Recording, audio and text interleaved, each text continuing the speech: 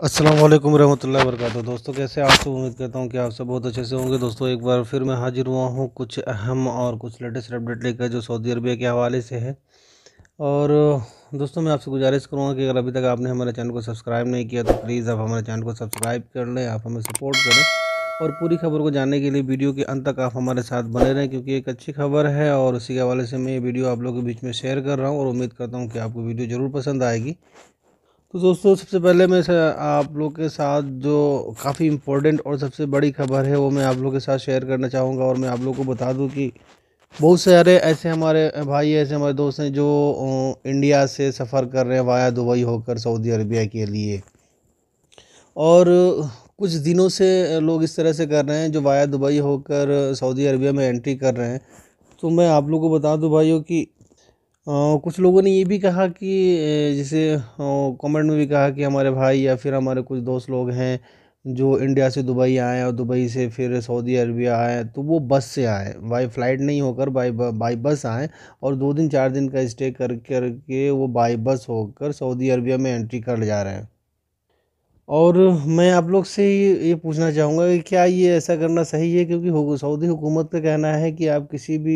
किसी तीसरे कंट्री में 14 दिन गुजार कर ही आप सऊदी अरबिया में एंट्री करें, जिस कंट्री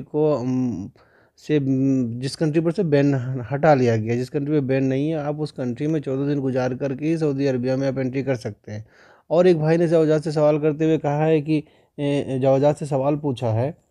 और वो सऊदी अरब में हाउस ड्राइवर का काम करते थे। अब वो इंडिया में छुट्टी पर गए हैं और इंडिया में रहते हुए उन्होंने कोरोना वैक्सीन का दोनों डोज ले लिया है। और जो उनका तवक्लना है जिस भाई का, तो वो तवक्लना में भी हेल्थ स्टेटस को इम्यून करवा लिया है। तो उन्होंने जवाजा से ये सवाल करते हुए पूछा है कि क्या अब मैं डायरेक्ट सऊदी अरबिया का सफ़र कर सकता हूँ और या फिर मैं नहीं कर सकता। तो भाइयों जवाजात ने जवाब देते हुए कहा है कि जिसने सऊदी अरब में रहकर कोरोना वैक्सीन का दोनों डोज लगवा लिया है वही डायरेक्ट सऊदी अरबिया आना जाना कर सकता है। और जो अपने मुल्क में रहकर उन्होंने कोरोना वैक्सीन का दोनों डोज लगवाए हैं तो वो डायरेक्ट नहीं आ सकते, वो किसी दूसरे मुल्क में होकर ही सऊदी अरबिया में एंट्री करें। क्योंकि इससे पहले भी हमने बहुत सारी इससे रिलेटेड वीडियो बनाई है, उसमें भी हमने ये कहा है कि जो लोग, क्योंकि बहुत सारे हमारे व्यूवर्स का क्वेश्चन भी था तो उसका जवाब देना भी पड़ता है और हमने उस चीज़ को किया था। तो मैंने ये कहा था कि जो लोग सऊदी अरब के अंदर रह के उन्होंने कोरोना वैक्सीन का दोनों डोज लगवाया है वही direct Saudi Arabia up down कर सकते हैं। जो अपने मुल्क में रह के, चाहे वो इंडिया का हो चाहे वो पाकिस्तान का हो, चाहे जिस मुल्क में रह के उन्होंने अपना वैक्सीन अपने मुल्क में रहते हुए लिया है, तो वो डायरेक्ट नहीं आ सकते। वो किसी वाया कंट्री होकर किसी तीसरे कंट्री में 14 दिन गुजार कर ही सऊदी अरबिया में एंट्री कर सकते हैं। और दोस्तों मैं बताना चाहूँगा कि जो भाई वाया दुबई होकर सऊदी अरबिया में एंट्री कर रहे हैं, तो वो क्या कर रहे हैं कि बाय बस होकर 2 दिन 3 दिन स्टे कर फिर वो सऊदी अरबिया में एंट्री कर जा रहे हैं। तो ये उन्हें नहीं पता कि वो कितनी बड़ी गलती कर रहे हैं, क्योंकि सऊदी हुकूमत ने ये पहले ही कह दिया है कि उनके ऊपर 2 लाख तक का जुर्माना हो जाएगा और फिर उनके ऊपर उनको जेल भी हो सकता है। तो मैं बार बार अपनी वीडियो में कहता हूँ कि आप 10 20 30 40 हज़ार बचाने के लिए इतनी बड़ी गलती ना करें। आप एक तो ऐसे भी आप काफ़ी मुसीबत से आप आ रहे हैं, और आप 10 20 30 हज़ार बचाने के लिए आप बाय बस होकर सऊदी अरबिया में एंट्री करें। अगर खुदा न खास्ता आप पकड़े गए तो फिर ये आपको काफ़ी महंगा पड़ जाएगा। तो आप ऐसी गलती ना करें, मैं आप लोगों से गुजारिश करूंगा। जितने भी हमारे भाई जो वाया दुबई होकर सऊदी अरबिया आ रहे हैं उन सभी से मैं गुजारिश करूँगा कि वो 14 दिन क्वारंटाइन कर ही सऊदी अरबिया में एंट्री करें। क्योंकि आप ऐसे करके आ रहे हैं जो आप 14 दिन क्वारंटाइन नहीं कर रहे हैं और फिर 2 दिन 4 दिन आप दुबई में बिताकर बाय बस होकर बस के जरिए आप सऊदी अरबिया में एंट्री कर जा रहे हैं। तो आप ऐसा ना करें, क्योंकि इन फ्यूचर भविष्य में हो सकता है कि आपको किसी मुसीबत का सामना करना पड़ सकता है। तो मैं तमामी भाइयों से फिर गुजारिश करूंगा कि आप 14 दिन गुजार कर ही सऊदी अरबिया में एंट्री करें।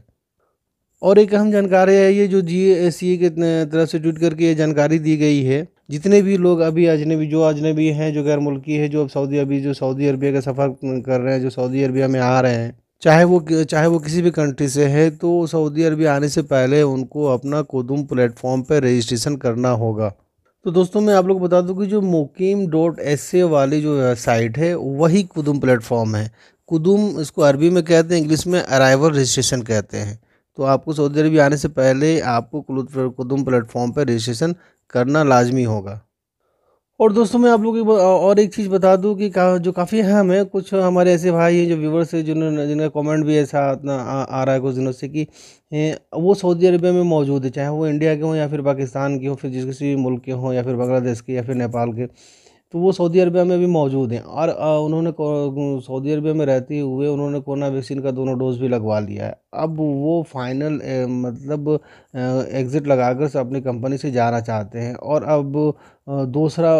वर्क वीज़ा पे आना चाहते हैं। तो उन्होंने कह रहे हैं कि क्या हम डायरेक्ट सऊदी अरबिया आ सकते हैं अगर हम यहाँ से फाइनल अपना लगवा कर चले जाएँ? क्योंकि उन्होंने कहना है कि हमने कोरोना वैक्सीन का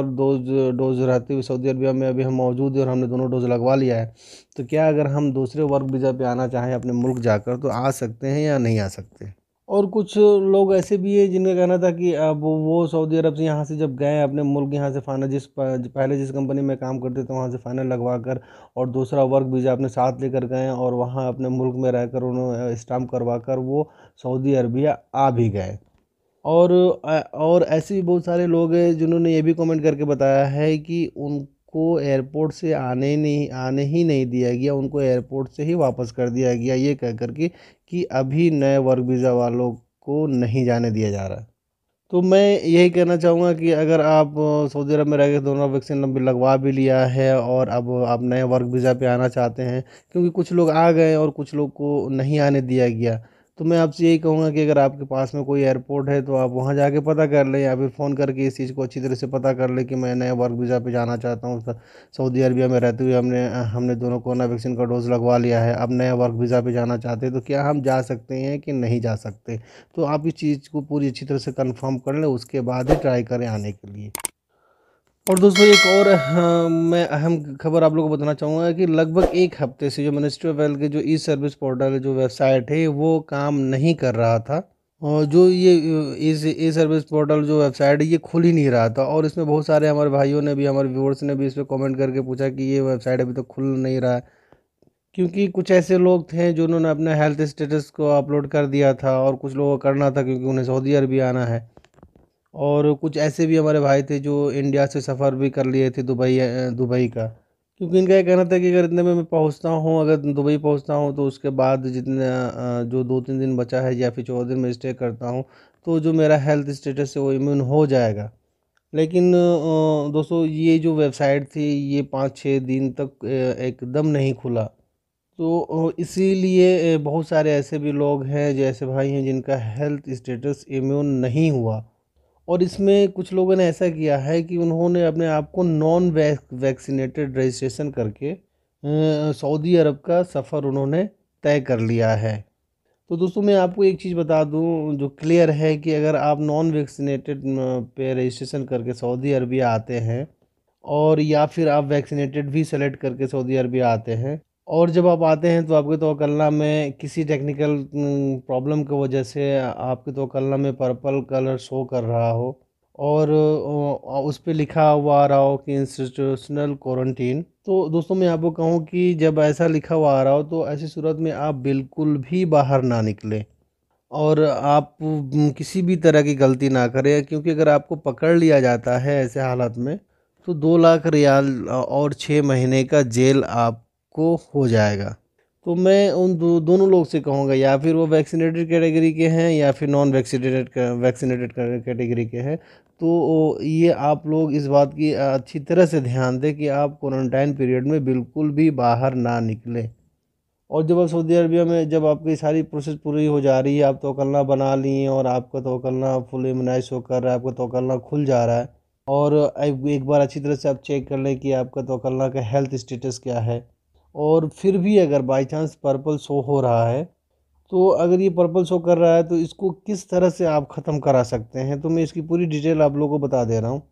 तो जैसे ही आप सऊदी अरबिया आएंगे तो आप जब जब सऊदी अरबिया में आते हैं तो आते ही आपकी एक पीसीआर रिपोर्ट होती है और फिर जब आपका 7 दिन कंप्लीट हो जाएगा तो उसके बाद भी फिर एक पीसीआर रिपोर्ट होता है। उसके बाद जब आपका